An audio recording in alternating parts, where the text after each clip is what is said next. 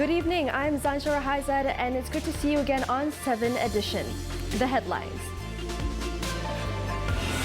Azilah's conviction and death sentence review application hearing set on April 20th next year. 140 billion ringgit BANDA Malaysia project back on track.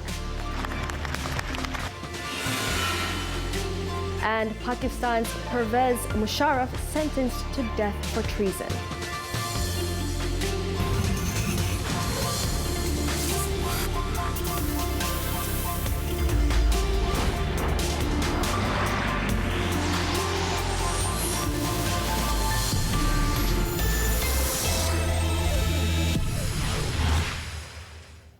A very warm welcome. Now, the federal court has fixed April 20th next year for the hearing of former police commando Azilah Hadri's application for a review of his conviction and death sentence over Alton Tuyas Sharibu's 2006 murder. According to Azilah's counsel, J. Kuldeep Kumar, his client wants the apex court to set aside its 2015 decision to uphold his conviction. He is also seeking a retrial over the Mongolian model's murder. The ex-elite Special Action Force UTK police officer's lawyer today confirmed that the application for a review was filed at the federal court last week. There is a 137 application, Rule 137 application, and there's a review application supported by an affidavit. That's all I can say for the time being.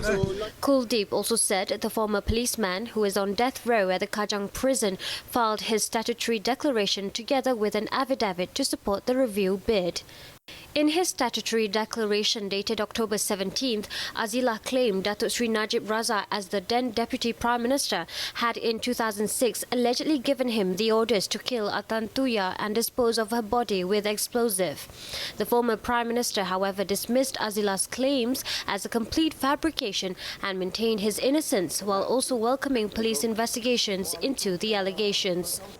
In 2015, the federal court reversed the Court of Appeal's acquittal of Azilah and former police commando Sirul Azhar Umar, reinstating the High Court's conviction and mandatory death sentence on the duo over Alton Tuyas' murder. Meanwhile, Datuk Sri Najib will file an application to intervene in Azilah's review application. The former Prime Minister's lawyer, Tan Sri Muhammad Shafi Abdullah, said that his client has a direct interest in the matter. He also questioned why the allegations have resurfaced after 10 years. And the court cannot make decision against anybody who is condemned in the proceedings without that person being in the court to be given the right to answer, right? Because as far as our client is concerned, this is an application based on an affidavit, and he has, as you can see from his reply, he has totally denied everything that has been alleged. Tan Sri Shafi'i claimed the allegations might be politically motivated and believed that the other accused, Sirul Azhar, could also be making the same move. He alleged that several people are persuading Sirul Azhar, who is currently in the Australian detention centre, to come with something similar. Now, in another development, Dr. Sharibu Setev, the father of Alton Tuyas, has renewed his call to reopen investigations into his daughter's murder 13 years ago following Azilah's revelation.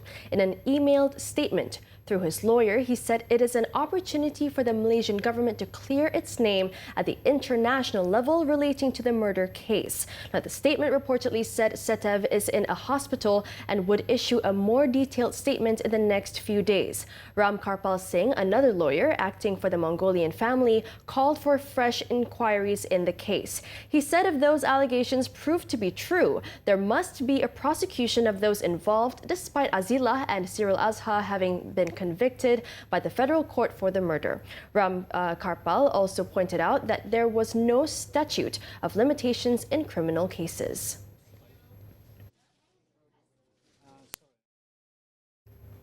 Now in Penang, 2 men were charged at separate Georgetown magistrates' courts today with making a false police report over the recent fake nasi kandar robbery. The restaurant's accountant, Shamsuddin Rahman Khan, pleaded guilty to the charge, while the outlet's supervisor, Jamil Ahmad Muhammad Adam, claimed trial. The duo was slapped with the offence under the penal code, whereby they can be jailed up to 6 months or fined 2,000 ringgit or both upon conviction. It was alleged they committed the offence at the Sungai Nibong police station on December 9th. Magistrate Rosni Muhammad Razwan sentenced Shamsuddin to pay 2,000 ringgit fine and 1 month jail from the date he was arrested. Failure to pay the fine will result him to be jailed for another 3 months. Meanwhile, Magistrate L. Umar Devi allowed bail for Jamil Ahmad at 8,000 ringgit and fixed January 17th next year for mention. Both accused initially claimed they had been robbed by armed men who fled with the eatery's takings, amounting over 122,000 ringgit, while they were on their way to the bank. This led police on a wild goose chase, causing massive gridlock on the island due to roadblocks to track down the so-called robbers. However, upon further probe by police, it was found that the duo had lodged a false report in order to keep the money for themselves. Elsewhere, an unemployed man was in the dock at the Kuantan Sessions Court today on charges of beating his mother unconscious. Muhammad Solehin Sabat, however, pleaded not guilty when the offences were read to him before Judge Dazuki Ali. The 28-year-old was accused of deliberately causing grievous bodily harm to the 46-year-old woman using an iron rod and PVC pipe. The incident allegedly took place in Kampung Pulau Rusa, Pekan on December 10th. Solehin was then ordered to undergo psychiatric observation and evaluation at Permai Hospital in Johor Bahru, pending mention of the case on January 17th next year. Under the penal code, the accused can be jailed up to 20 years and fined or whipping if found guilty. In Sabah, police have busted a housebreaking and car theft gang with the arrest of 4 people, including its mastermind in the state capital recently.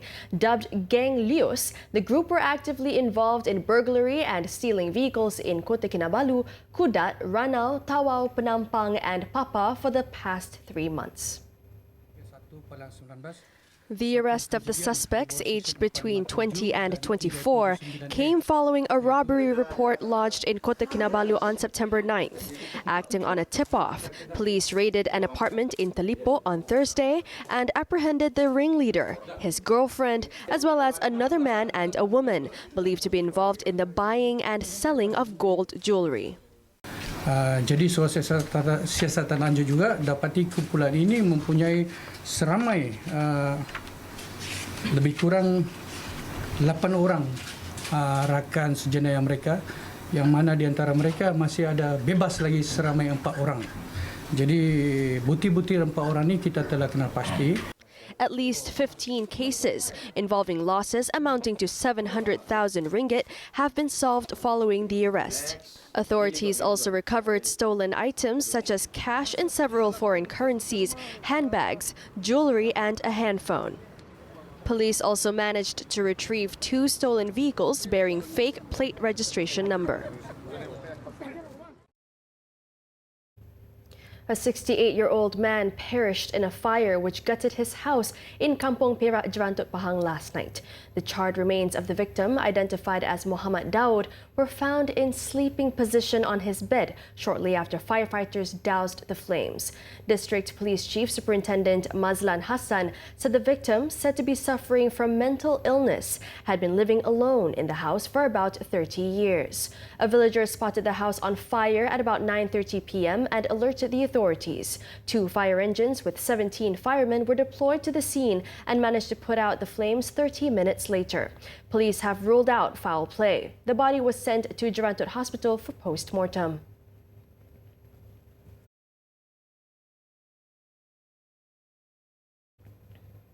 Youth and Sports Minister Syed Saddiq Syed Abdul Rahman said empowered youths would serve as a double-edged sword in any national development. He also said this could be achieved by providing bigger opportunities to young people in various fields. All countries, especially Muslim nations, must listen to the plea and cry of young people. When you listen to those in Ramadan, they want their economic voices to be taken into account. They want issues of cost of living to be taken into account. They want to ensure that they have jobs. These are basic things, but I believe at its core, these are youth issues. He added that youths could also thrive not merely as students and activists, but also as politicians, corporate leaders, and entrepreneurs. The minister said this at a forum titled "The Role of Government in Empowering Youth for Nation Building," held in conjunction with Youth KL Summit 2019, a prelude to the main summit that will kick off on Thursday. The event serves as a platform for Muslim leaders, intellectuals, and scholars to identify the problems afflicting the Muslim world and to find solutions to them. Let's take a short break, and when we come back, production of Boeing 737 temporarily suspended after fatal crashes. Stay tuned.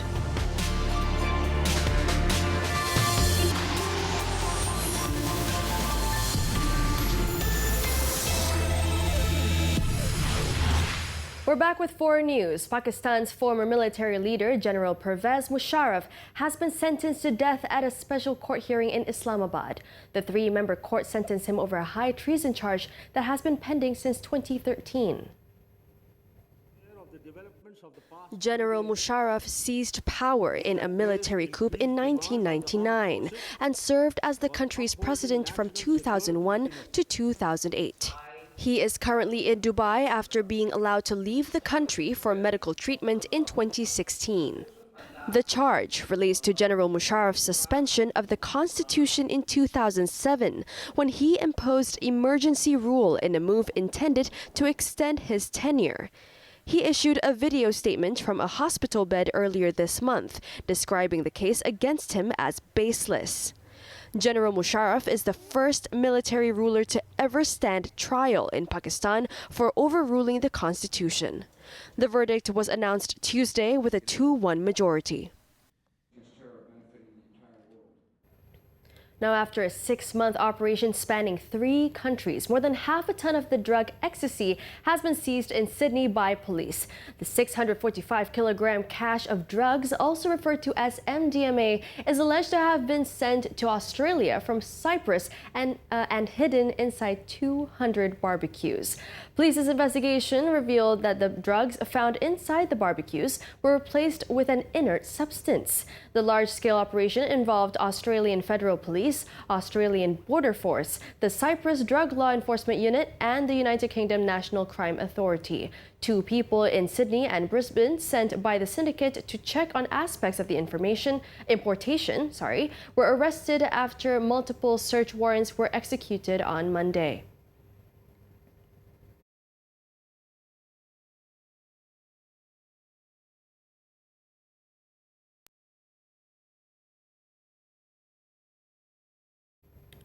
Now, at least 5 civilians, including 3 children, were killed in Idlib's de-escalation zone in northwestern Syria in an attack by Russia amid intensified shelling and airstrikes in the region. The Monday airstrikes also injured 9 others. The attack comes as the government of Syrian President Bashar Assad appears to be preparing for a ground offensive to fortify the main highway linking the capital Damascus with the northern city of Aleppo. According to the White Helmets, 2 children were killed and 5 others injured in an airstrike on Binish town. Another airstrike in Mar Shimarine village left 2 women and 1 child dead, as well as 4 others injured. A rescue operation is underway at a school in Mar Shimarine after it was hit with a barrel bomb launched by the Assad regime. Since Moscow and Ankara reached a deal in September 2018, over 1,300 civilians have been killed in the de-escalation zone. Over 1 million Syrians have also moved near the Turkish border since. Now, a former lawmaker from India's ruling Bharatiya Janata Party was found guilty of raping and kidnapping a teenager in 2017 in a high-profile case that triggered widespread public anger about the sexual abuse of women. Kuldeep Singh Sengar, who was a legislator in the northern state of Uttar Pradesh, will be sentenced on Tuesday. The victim, who was 17 at the time and cannot be named under Indian law, alleged in 2018 that Kuldeep, a local lawmaker in her district, attacked her the previous year. She says that she was taken to his home on June 4th, 2017 on the pretext of being hired for a job. The woman says she was then repeatedly gang raped at the property over several days. From the outset, the victim and her family repeatedly alleged intimidation by local police and threats from Kuldeep's family. Kuldeep has always denied the charges. According to court documents, police officers allegedly picked up the girl on June 20th, 2017, and as they drove her to the police station, repeatedly threatened violence against her father if she spoke out.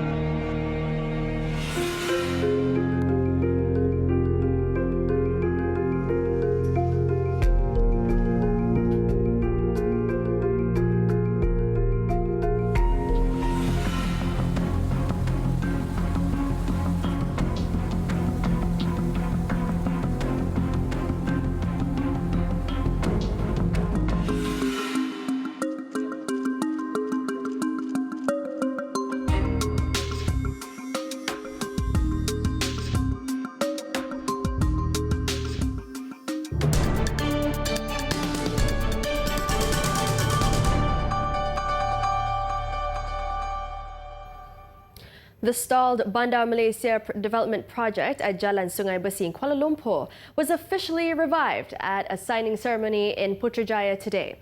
Prime Minister Tun Dr. Mahathir Mohamad said that the project, with a gross development value GDV of 140 billion ringgit, will have a significant impact on Malaysia's economy as it will serve as a magnet for high-impact global multinationals.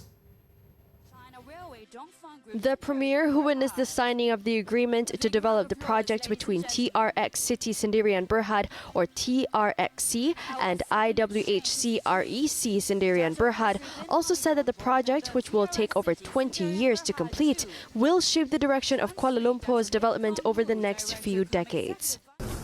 The BANDA Malaysia project should be viewed in the context of a long-term development of over 20 years, of how it will have the opportunity to help shape Kuala Lumpur's direction in the next few decades.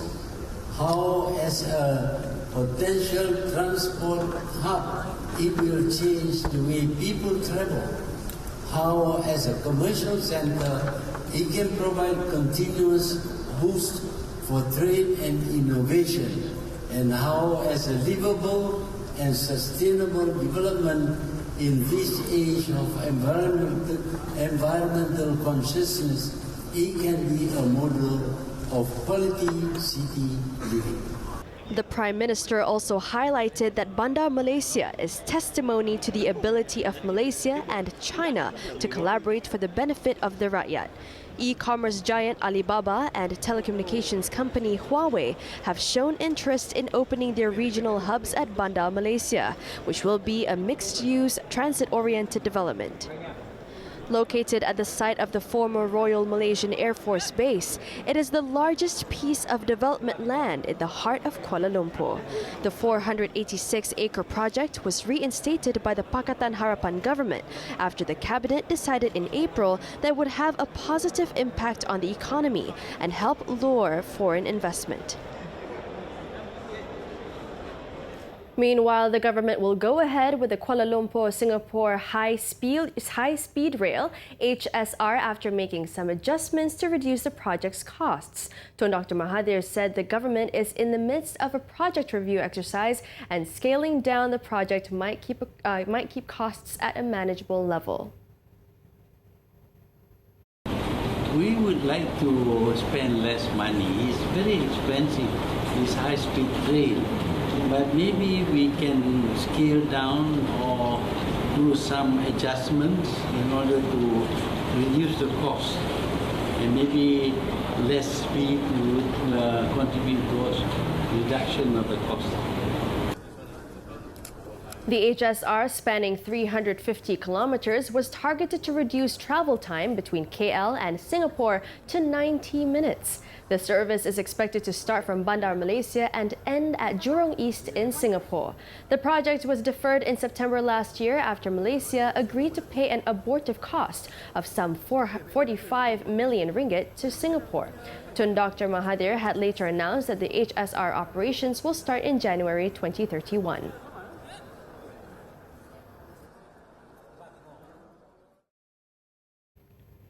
Now, Boeing said on Monday it would temporarily suspend production of its globally grounded 737 MAX jets next month as safety regulators delay the aircraft's return to the skies after 2 crashes. The decision confirmed investor fears that the company's recovery from the crisis is dragging on longer and creating more uncertainty for Boeing than executives anticipated. In a statement, the company said it would continue to pay its workers despite the temporary production stoppage, but the decision immediately raised questions for the future of parts suppliers which contribute to the jets' manufacture. The company said it would focus on delivering 400 jets it has kept in storage. Though the jets have been grounded worldwide since March following deadly crashes in Indonesia and Ethiopia, which left 346 people dead, Boeing had continued to produce 40 of the planes per month at a Renton, Washington facility. The decision to halt production will have little immediate impact on airlines that have already seen deliveries halted, forcing many to cancel flights or lease older replacements. Bursa Malaysia closed at its intra-high today, riding on the optimism of the revival of the BANDA Malaysia project. The benchmark FBM KLCI rose 0.48% to 1,576.95. Now, on to stocks to watch. IOI Corporation's second quarter financial year 2020 earnings are expected to improve sequentially. Management guided financial year 2020 fresh fruit bunches growth of 2 to 3%, but analysts are sticking to a negative 2% in anticipation of a seasonal decline in second half of the financial year. Now, next and last on the list, Eco World Development Group announced that its subsidiary, Melia Spring Sendirian Berhad, entered into agreement with Permodalan Darul Takzim Sendirian Berhad for the acquisition and development of 200 acres of land in Johor for a base land price of 304.9 million ringgit. The proposed land acquisition is expected to be completed by end of next year.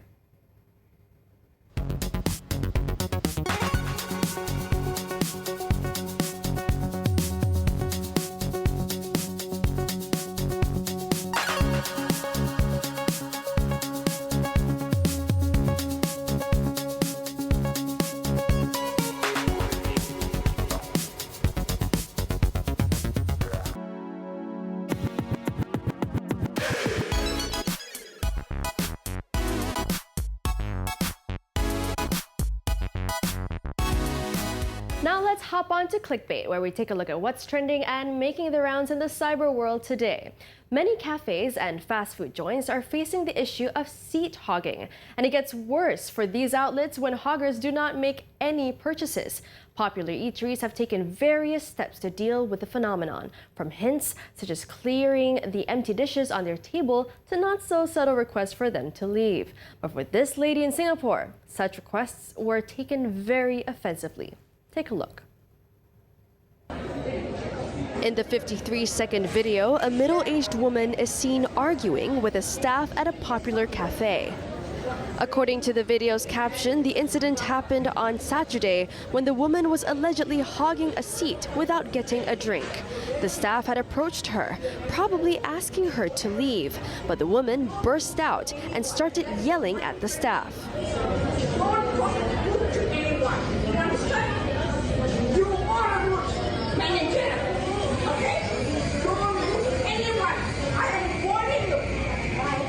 nothing much can be heard from the video, but the staff calmly said, quote, "Bye," while carrying on with her work. The latter made a gesture asking the woman, who still went on her bout of anger, to leave. After going viral with over 160,000 views, many commended the staff for having the patience to deal with the situation and handling it well. Others condemned the woman's act and gave examples of similar situations at other cafes and outlets. Now updated as of 7 p.m., here are the top trending topics and searches on the internet today.